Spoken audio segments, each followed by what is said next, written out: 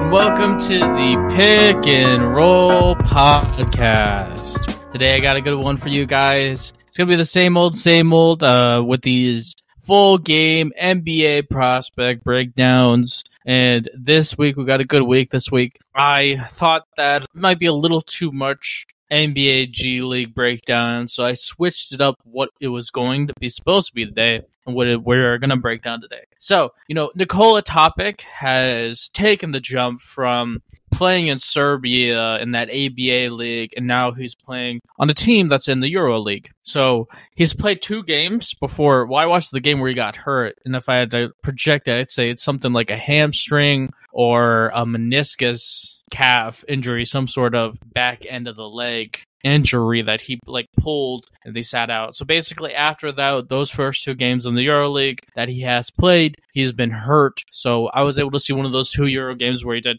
get hurt in that game partially the way through. So the Nikola Topic's going to be the first person that I break down. I'm not going to go in depth into his EuroLeague stats yet because 2 games is just not enough data to even think about, oh my gosh, what are the trends? Let's give him at least 10 games before we start doing stuff like that. And then the next game was Kentucky versus Georgia. So Justin Edwards played, DeJuan Wagner played, Reed Shepherd played, Rob Dinningham played, Aaron Bradshaw played, and Zvonimir Ivisic. That was his first game back where they gave him clearance. He's a 7'2" basketball player from Croatia. I broke him down as well. So it's going to be a lot of Kentucky kids in the game. And we have on the Georgia side of things, we got Jabir Abdur-Rahim, 6'8" small forward from Georgia. He really shoot the 3 ball. The next game was UConn versus Villanova. So Stephon Castle played in that game. Donovan Clingan played in that game. And Villanova has somebody named Hakeem Hart that while watching some games of some stuff trying to find prospects, he caught my attention. So we did get a full game breakdown. I will break down him, see if he's good enough to be on the big board. And then somebody that's a hot name that I've been pushing off watching, I guess you can call it, is Patacum Didlit. He's a 6'8" guy that's playing in the German basketball league that is also playing in the Euro Cup as well. So I watched the Euro Cup game. And then in the French guy of the week, because it's some French crazy good guy, Melvin Hencia, Zachary Richer, Tejuan Saloon will be watched every single week because these French guys are insanely good.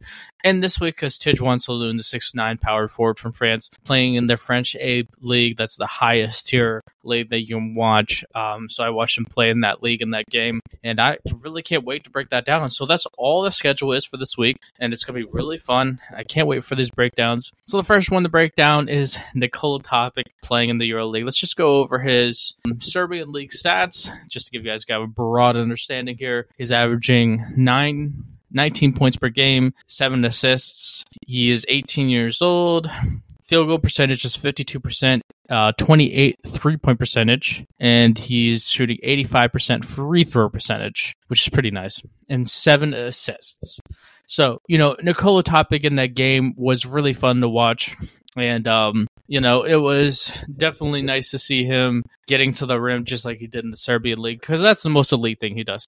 He's a 6'6" point guard. And, he's not overly gifted quickness, speed wise, but, he's 6'6", he's savvy, he really understands angles, and he can really get to the rim. And I think definitely the best thing he has is touch near the rim. I mean, some of the stuff that he does to try to finish at the rim are extremely high level, tough shots. The best way I can describe it is just great touch around the rim. Nikola Topic has great touch around the rim. He genuinely is special at that, and that is reflected by how well he shoots at the 2-point percentage and all those things of that nature in the Serbian league. He can still pass the basketball. He looked really good passing the basketball in that game.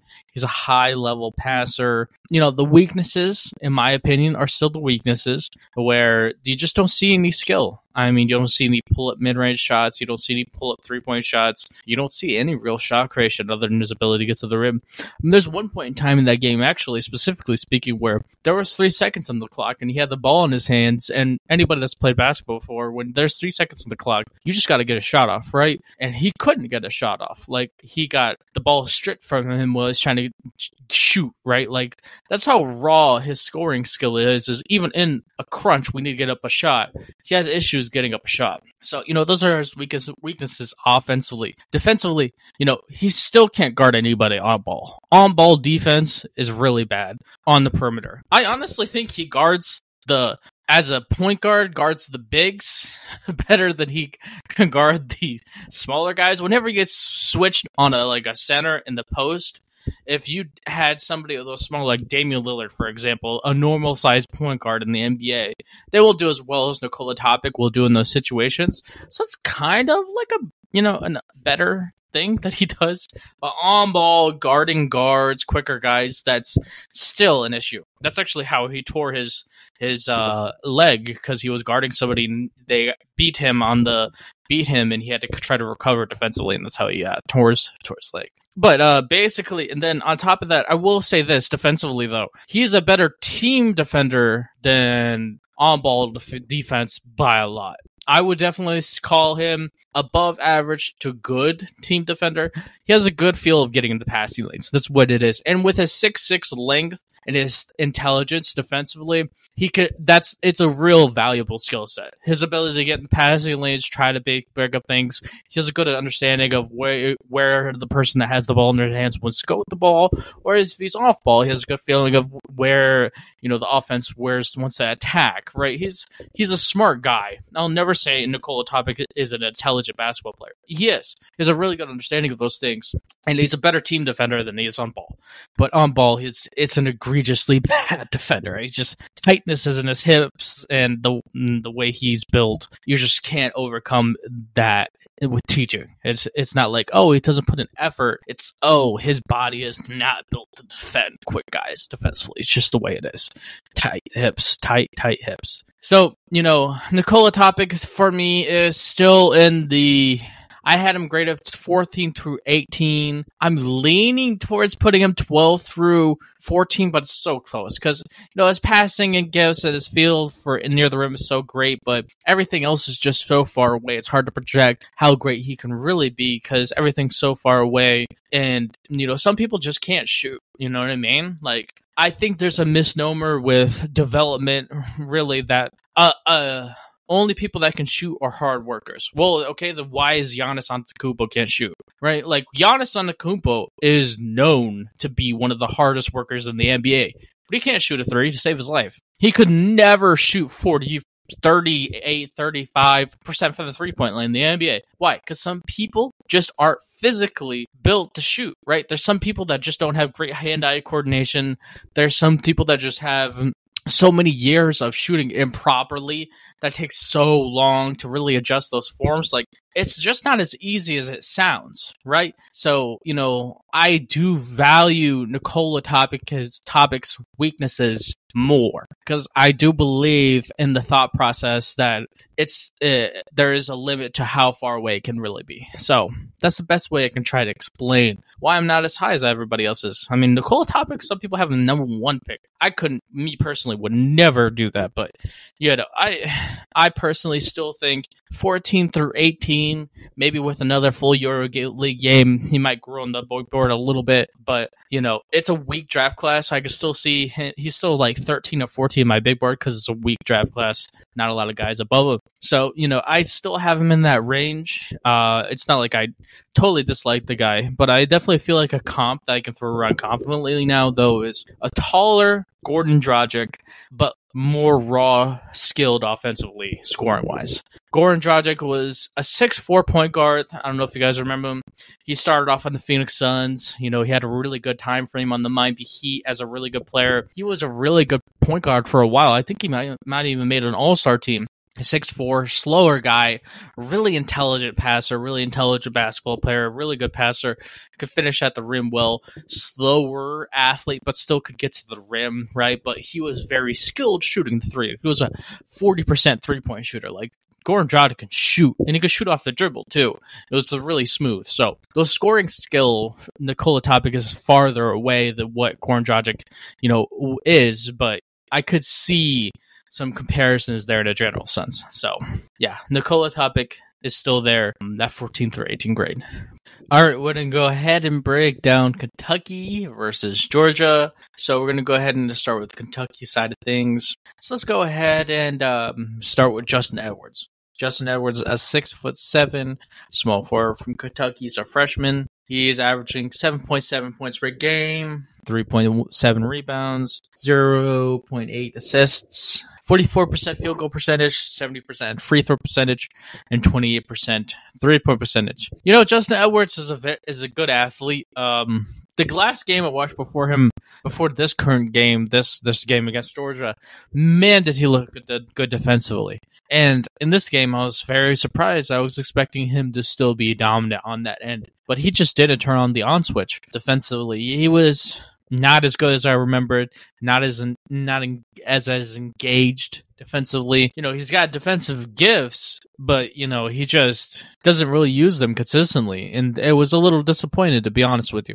Another thing that was disappointing is the man didn't drive to the rim at all again. You know, this guy's a 28% 3-point shooter, and he can't rely on the thought process for NBA people that are going to draft him as this man's going to be able to shoot the 3-point line, be a 3-and-D guy. No, you need to use those athletic gifts to get to the rim to build as much intrigue as possible. Like, an extremely good example of this is G League Ignite's Ron Holland. Ron Holland from G League Ignite. He's averaging like 18 a game. Ron Holland drives to the rim like 8 to 10 times. You get to see how good he is at it. He really puts pressure at it, right? Like that's one of the biggest reasons Ron Holland has stayed in the top 10 draft pick is because how consistent he drives to the rim, how easy he makes it look driving to the rim, because of how translatable it can be because he's a freak athlete and those gifts aren't going anywhere, right? You know what I mean? And Justin Edwards could do the same thing. He's got a lot of good gifts there. He's not as speed and quick as Ron Holland, but he could be just as close as a vertical athlete asset. Like Justin Edwards is a very good vertical athlete. He could definitely be dominant at the rim, but he doesn't drive, right? And at this point in time, it's looking more like, can he drive? Now, that's becoming a question that we're really having. Can he drive on ball when the situation's not perfect? There's nobody really guarding him in the fast break or things of that nature. Can he drive against a set defense with somebody guarding in front of him? And it's looking like that's a weakness of his. And everything's just raw. The shot creations, there's no shot creation to really buy into. Everything just looks really raw for Justin Edwards right now. And because of that, he's moving from the 14 through 18 draft pick grade ahead of him to like 40 through 45 because he's just a raw athlete at this moment in time. Very similar to Dylan Mitchell that came out last year that's playing on Texas still, who is a really great athlete from the University of Texas. If you watch him play, you'll be like, wow, what an athlete, but the skill just wasn't there. And it's looking like Justin Edwards is like that so far. All right, we're going to go ahead and kick it to somebody different. Let's go ahead and go to Rob Dillingham next. One thing, hilarious, they list him at 6'3" at Kentucky.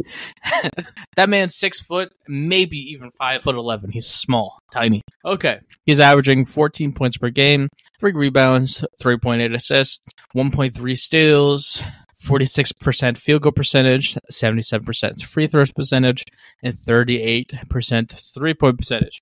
So, you know, this guy is somebody that I was high on. I had him in the lottery because of the passing, because of the shot creation, how quick and fast he looked. And he was really putting it together for a few games there. And I was like, wow, Rob Dillingham really can overcome the lack of height issues. Well, this game, the height looked like an issue. The scary thing is because he really had issues in this game scoring against Georgia, scoring against the length and trying to get a shot off. I mean, you could tell that it was just troubling him and his ability to really shot create. And he had a really bad game. He had a really bad game where he couldn't really get anything off. And he got pushed off his spots really easy.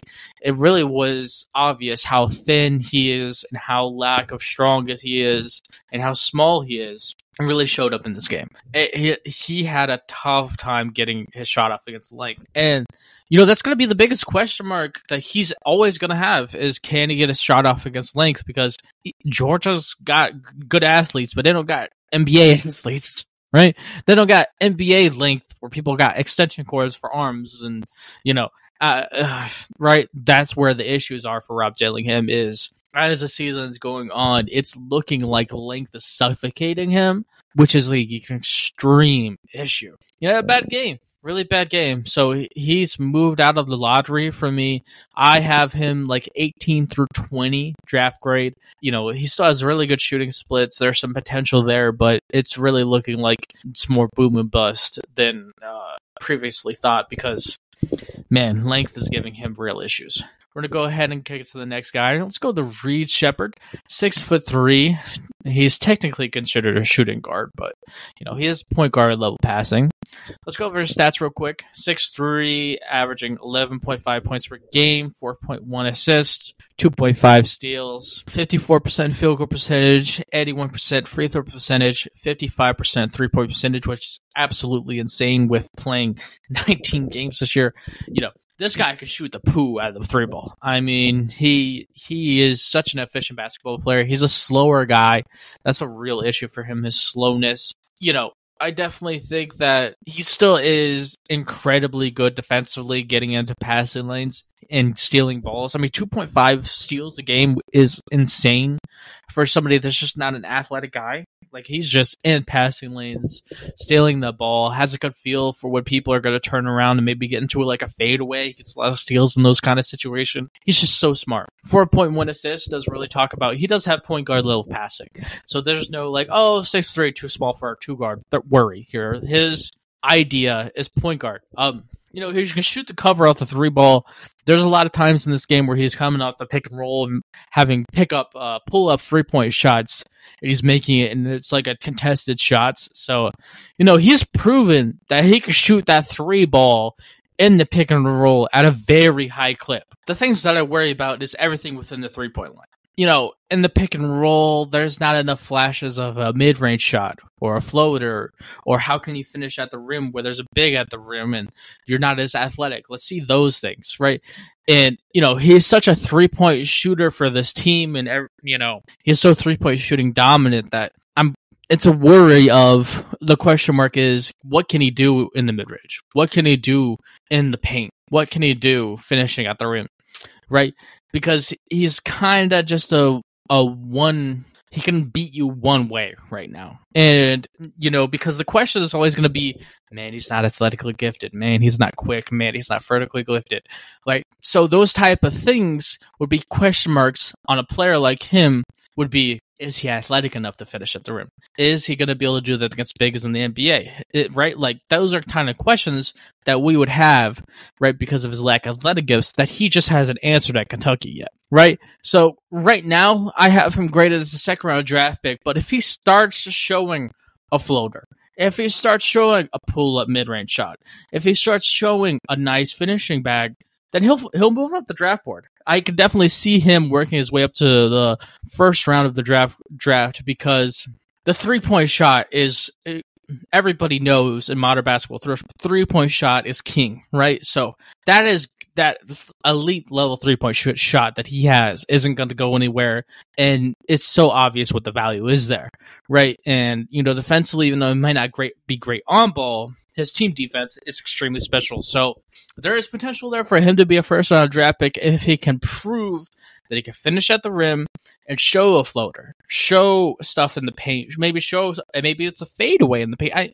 There's so many different ways guards can finish in that painted area, and I just haven't seen that. And that's what I want to see. That's what I want to see. That's what's stopping him from being a first-round draft pick. Right now, I have him graded as a 30 through 35 draft pick. I feel like he's the premier early second-round draft pick. So, you know, he's an interesting guy, Reed Shepherd, and right now I have him graded as 30 through 35, and I used to have him like 40 through 45, so he's raising up on my big board because the pull-up 3-point shots that he had in that game was really impressive. So, you know, moving slightly up, and he's a really interesting guy.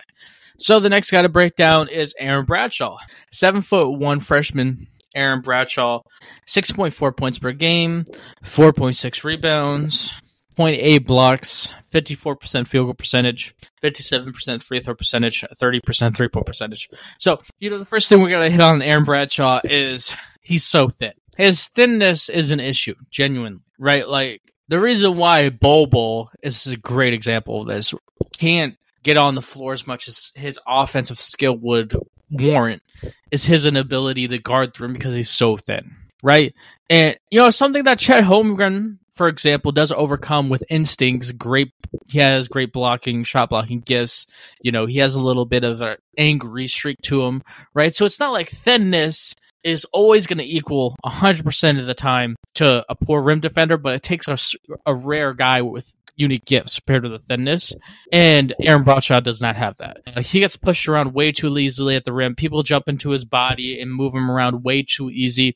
It's hard to envision him putting enough muscle on his frame to really be able to guard the rim. He has a thinner shoulders. He has a thinner upper body. He just doesn't really have the frame to put on a lot of muscle. Aaron Bradshaw, that's the real issues. And on top of that, he's just not flashy much offensively. 30% 3-point percentage, it's pretty poor for him, right? Because he was touted as a guy that's going to shoot the cover off the three ball. And 57% free throw percentage, as somebody that was the intrigue was shooting skill. These are issues. These are genuine issues. 54% field goal percentage is mostly rebounds and putbacks. So, but those were the intrigue for him. So right now he's moved down from the late first that he used to have him at. He's in the second round. I think I have him 40 through 45 near Justin Edwards. There's still some upside there, but the lack of defensive questions due to thinness and the lack of overwhelming 3-point shot and things of that nature has him staying where he's at right now, which is in the second round. All right, the last guy to break down from the Kentucky side of things is Zavronimir. Oh, wait, no, there's two more guys. The second to last guy is Zavronimir Ivizic, 7'2" guy from Croatia. He's played 3 games so far. He's averaging 5.3 points, 3 rebounds, 1.7 blocks, 60% field goal percentage, 50% free throw percentage, and 60% 3-point percentage. Basically, this guy is really interesting. 7'2". He doesn't have as thin of a frame as Aaron Bradshaw, so there's not as much of a worry of long-term his inability to guard the rim. And defensively, he had some really nice blocks against Georgia. He looked really good shot blocking at the rim, which is really important for that 7'2" size, because he's not going to be some 6'11" really athletic guy that's going to guard multiple positions. He needs to be in drop coverage, and he needs to be able to guard the rim, and that's what he's showing in Kentucky. It looks really good darting the rim. He has a pretty good frame on him, especially his legs. And on top of that, 60% 3-point percentage. He hit a few good threes. He looks like a guy that can consistently hit the 3-point shot as a big. And he has a crazy behind-the-back pass from the rim to the 3-point shooter on the perimeter that looked really good. He looks like he's got some nice mix of passing gifts, 3-point shooting, shot blocking, and being 7'2" and having a good frame. So there's a lot of intrigue in this guy. I'm really excited to continue to watch him play. Right now I have him graded as a 22 through 25 draft pick grade. I think he's the late first right now. He's really interesting. Zavronimir Ivizic is really interesting. Okay, the last guy to break down from that game is DJ Wagner. So he's averaging 12 points per game, 3.7 assists, 1.1 steals, 43% field goal percentage, 70% free throw percentage, and 31% 3-point percentage. So DJ Wagner is a 6'2" guy. He's really great on ball. I've mentioned this multiple times before. He's really good on ball. He's got good feel for stealing on ball. He's a really nice on-ball defender. Really solid. He's a pretty solid passer as well. He has a really good feel for finishing at the rim. He's got good touch and tough shot making ability, above average athletic gifts. Not a ton of scoring skill, but the 3-point shot is coming along. He used to be in the 20s, now low 30s, 3-point shot. He's definitely starting to climb back up into a super late second round draft pick. Right now I have him graded as a 56 through 60 draft pick, but he's growing a little bit throughout this year. It's really interesting. I can't wait to continue to watch. All right, let's talk about the other side of that Georgia versus Kentucky game. We got Jabrir Abdur-Rahim, 6'8" small forward from Georgia. He's averaging 13.4 points per game. He is a senior. 3.9 rebounds, 87% free throw percentage, 40% 3-point percentage, and 38% field goal percentage. So, I'm sure you can guess by the 3-point percentage, why I have him, as somebody that I wanted to watch. And, 6'8", he definitely looks like the length of him is definitely accurate. I feel very comfortable with calling him 6'8". That's an ideal small forward height. I definitely feel like he can definitely hit that standstill 3-point shot extremely well. It's really nice seeing him come off ball as the shooter in those off ball screens. He looked really nice in those situations, which is something you knew that I didn't really see in the short clip of a game that I watched to find somebody like him. And I definitely feel like he shoots the really good 3-point shot. He showed one flash of getting to the rim. It looked pretty decent. I'd call it above average, maybe average, right? And is he going to be somebody that's going to put up a ton of points? No. But, also he's an average to maybe above average defender. It's nothing super special there. But again, it's about being able to be a role player. He checks off many boxes there, right? 6'8", really ideal length, 40% 3-point shooter, right? He's going to be on the wing as a bench 3-point shoot 3-and-D wing. That's really his idea spot. I have him as a 40 through 45 draft pick, as somebody that's you take a shot on as a bench wing in the second round of the draft. So I definitely like his 3-point percentage. He shoots so well. He has a pretty form, so it looks really legitimate. He shot 38% from the 3-point line last year, so it's not like his 3-point shot came from anywhere, just some random ability to shoot it or something like that. So, all right, so for the UConn versus Villanova is that next game. So we're going to go ahead and talk about Stephon Castle. So we broke him down last week as well. 6'6" point guard from UConn. He's averaging 9.4 points per game, 4.8 rebounds, 3.5 assists, 1.2 steals, 45% field goal percentage, 71% free throw percentage, and 20% 3-point percentage. So, last week I talked about this as well, where there's an extreme lack of shot creation for himself. The 20% 3-point percentage is an extreme issue. Passing wise, he looks like a good enough passer for the point guard position. His best ability is defending on ball. Man, can he defend? He's a stronger guy. He really can get to the rim. People still guard him like Ben Simmons, give him all the space in the world. And this is the second game in a row where I just didn't see anything shot creation wise. And it's really cementing to me how raw he truly is. I still have him as an extremely late first round draft pick, 26 through 30 draft pick. Great. I feel like it definitely cemented my belief in him and that he is just not the first round draft pick that everybody thought he was going to be, and he has nobody else to blame but himself. And if I was somebody that he listened to and took advice from, I'd tell him to stay in college because he is top 5 pick gifts. He just needs the shooting splits to come around. Okay, let's go ahead and kick it to the next guy of that game, Donovan Clingan. Mr. Roy Hibbert's clone, averaging 12.8 points per game, 6.2 rebounds,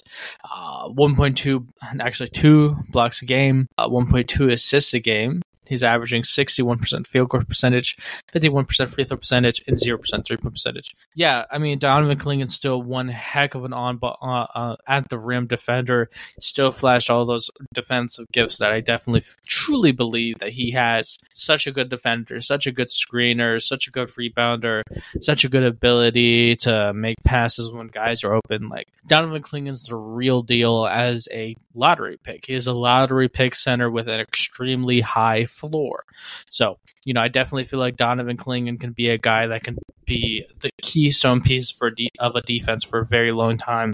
And I feel very confident in Donovan Clingan. All right, let's go ahead and kick it to the Villanova side of things there.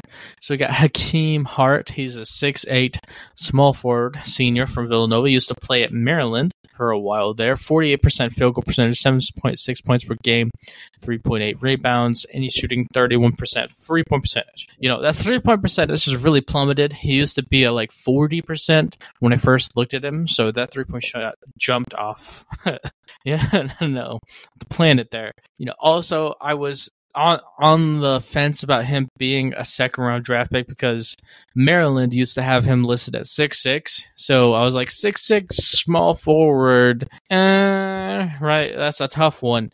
His ability to defend is pretty well. He moves pretty well athletically. He's a stronger guy. So, the on-ball defense is really nice. But the 3-point shot is taking a extreme jump off the side. Its 3-point shot is falling so poorly that it's becoming less of a viable draft prospect. So he could make an argument for a draft pick as the season goes on, and if he's really not 6'6", and it is 6'8", so we'll have to see as the season goes on and the combine comes around, if he even gets invited to the combine and what his measurements are, to really get a good idea of what he can be. All right, the next game, or just specifically, not really looking at a bunch of players in this next game, it's just Paticum Didlet. So Paticum Didlet is somebody that's been rising up draft boards lately. He's like 6'7" wing, playing in the German league. He's also playing in the Euro Cup as well. So if you go by his German league stats, he's averaging 6.3 points per game, 64% 2-point percentage, 35% 3-point percentage, 82% free throw percentage. And in the games that he's playing in the Euro Cup, he's averaging 5.9 points per game, 55% 2-point percentage, 32% 3-point percentage, and 68% free throw percentage. So, this guy is somebody that, the 3-point percentage isn't overwhelmingly good, but he can definitely hit a standstill 3-point shot. He looks like an above average athlete, a smoother guy. Defensively, I'd call him above average to average on ball. 6'7" length. He's not like got extremely long arms, but there's a decent size to them. He's not like super thin, so that's a good thing for him. He's got a decent frame to him, not an extremely weak body. He's got some muscle on his frame, but there's nothing else. There is nothing else. There's no ability to drive to the rim. There's no shot creation. There's really nothing else there. So Paticum Didlet to me is somebody that's a late second round draft pick. I have him 45 through 50 or 55 through 55, 50 through 55. I haven't made up my mind yet, but he's going to be one of those two draft grades. I'm still thinking about it. But, the best thing about him is he's really young. Born in 2005, super young. He's 19. So actually, I think he's 18. Going to be 19 this year. So, he's really young. So people will be like, oh, yeah, he's still got some room to grow as a player. But the ability to drive to the rim is a real weakness as well. So, he just looks like a standstill 3-point shooter that can play defense as well. So, I'm thinking 45 through 50, but we'll see how it goes throughout this year. I don't really see myself watching any more games of him just because there wasn't really anything there to take away other than just a normal 3-and-D wing. But, 6'7", young, those are things that he definitely has going for him. So Paticum Didlet is who we just broke down. All right, the next game and the last game to go ahead and break down is Tejuan Saloon. That was a full game I watched. He's a 6'9" French. He plays in the French A League. It's the highest league of French basketball, a really high league, a really elite league, basically. One of the top 5 leagues in the world, in my opinion. Some really high-level stuff that gets played there. So he's averaging in the French league 8.4 points per game, 24% 2-point percentage, 36% 3-point percentage, and 73% free throw percentage. And in the Basketball Champions League, the FIBA league that he's playing in, he's played 13 games in that league, averaging 10.5 points per game, 61% 2-point percentage, 39.6% 3-point percentage, and 84% free throw percentage. So some really different stats there. But, this game was really interesting. Man, as the year's gotten along, he's gotten more confident offensively. There was one really nice fadeaway in the mid-range that looked really nice for him. It's something new and different that I haven't seen before. 6'9" length. And what was really intriguing as well is, man, he looked really smooth driving to the rim today. And when you pair his 6'9" length with good athletic gifts, with extension cords for arms, the real dominating part of him is the intrigue of his ability to drive to that rim, right? And it looked really good today. And, he can be really efficient in that way. And he's also a solid 3-point shooter, right? 36% in the French league and 39% in the FIBA World League. And that's really good 3-point percentage. He can definitely hit a standstill 3-point shot. You know what I mean? In the U19-18 games, he showed some shot creation from the 3-point line. He's shown some different shot creation as this year's gone on. And it's here and there, and it's kind of rare, but it does still happen. And I definitely still feel like his eye test is extremely elite. I think he's moved up in my mind and on the big board from 12 to 14 draft pick to 10 to 12 draft pick right now. I could definitely see him continuing to move up. And defensively, he's really good. He's a good on-ball defender, but he's a great team defender. I've broken this down before. I mean, his length, his intelligence defensively, man, can he defend as a team defender? He looks so good doing it. This is such a good, fun guy to watch. He's got so much talent. And, he's one of these crazy good French basketball players. France, between him, Sarr, and Adhencia and Rocher, France is dominating this draft class. If you would, I might have 4 of them in the top 10 at the end of this season, and then at the end of this draft cycle. To be very, very realistic. It's insane how good these guys are. They're carrying this draft class, and Saloon's one of those guys that are going to continue to rise up to be a solid top 10 pick. This guy's got a lot of gifts, a lot of intrigue with his good, stable 3-point shot, his ability to drive to the rim, dominating length and extension cord for arms, and, the in-between shot creation. So, really intriguing guy that can continue to move up draft boards.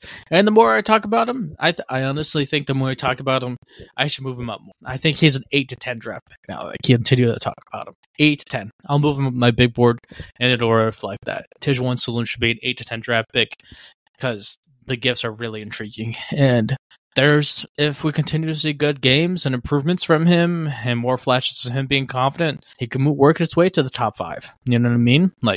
He's improved. He's definitely more confident than at the beginning of this draft cycle. So it's been fun to watch. And, and that's technically the end of these player breakdowns. So I'll go ahead and give you guys a little intro of what's going to be happening next week. So I got Colorado versus Washington. So we got Cody Williams, Tristan Da Silva, Keon Brooks, which we haven't broken down a full game of, but I've had him as an NBA draft pick in my big board for a long time, in my mock drafts for a long time, on the website that you can find that's tagged on this podcast and multiple different places where I do mock drafts and full game big board breakdowns. Then I have Kentucky versus Arkansas. So, I can't wait to watch Big Z against Ivanovic Ivicic. Again, Trevon Brazil's 6'10" forward from Arkansas, shoots the 3-ball, really athletic. We've broken down him before. I'm going to watch him again. We got USC versus UCLA. Isaiah Collier's not going to play in this game, obviously. Still hurt. But Bronny James, Adam Bonham, Andy Mara. Those are guys I definitely want to watch play. I was going to watch Illinois versus Indiana, but Kyle Ware didn't play in that game. So we're not going to watch that game. So basically, we're going to go ahead and, as long as everybody from Arkansas played, we're probably going to go ahead and add another game into that week. I'm thinking maybe Xavier Johnson from Southern Illinois, or maybe Alex Sarr versus, Trent Flowers or something like that. And obviously, every week we break down some incredible French prospect. In this upcoming week, I want to break down Zachary Rocher. So as long as he's healthy and ready to go to play, we're going to go break down him. And I can't wait to watch. Man, he's so much fun. Yeah, so that's going to be the end of the podcast. Again, on the link for this podcast and for the link of the description of the podcast, I do have my mock drafts and my big board. I do very much update those very, very commonly. Very, very good about updating those things. So definitely check those out. That's where all that stuff is going to be stored. And it's really great stuff. I really think I do a good job with it. And I really have a lot of fun with it. And, next week is going to be fun, man. I can't wait to break that down for you guys. So thank you guys for listening. I really appreciate anybody that listens to the podcast. I really appreciate everything that you guys do in the comments, everybody that, talks about my podcast and, has fun enjoying this podcast. I genuinely love what I do, love breaking down these guys, and have so much fun doing that. I can't wait to keep on giving you guys consistent content, because I'll be here every week giving you guys these full game breakdowns. All right. Thanks for listening, and everybody have a great rest of your week.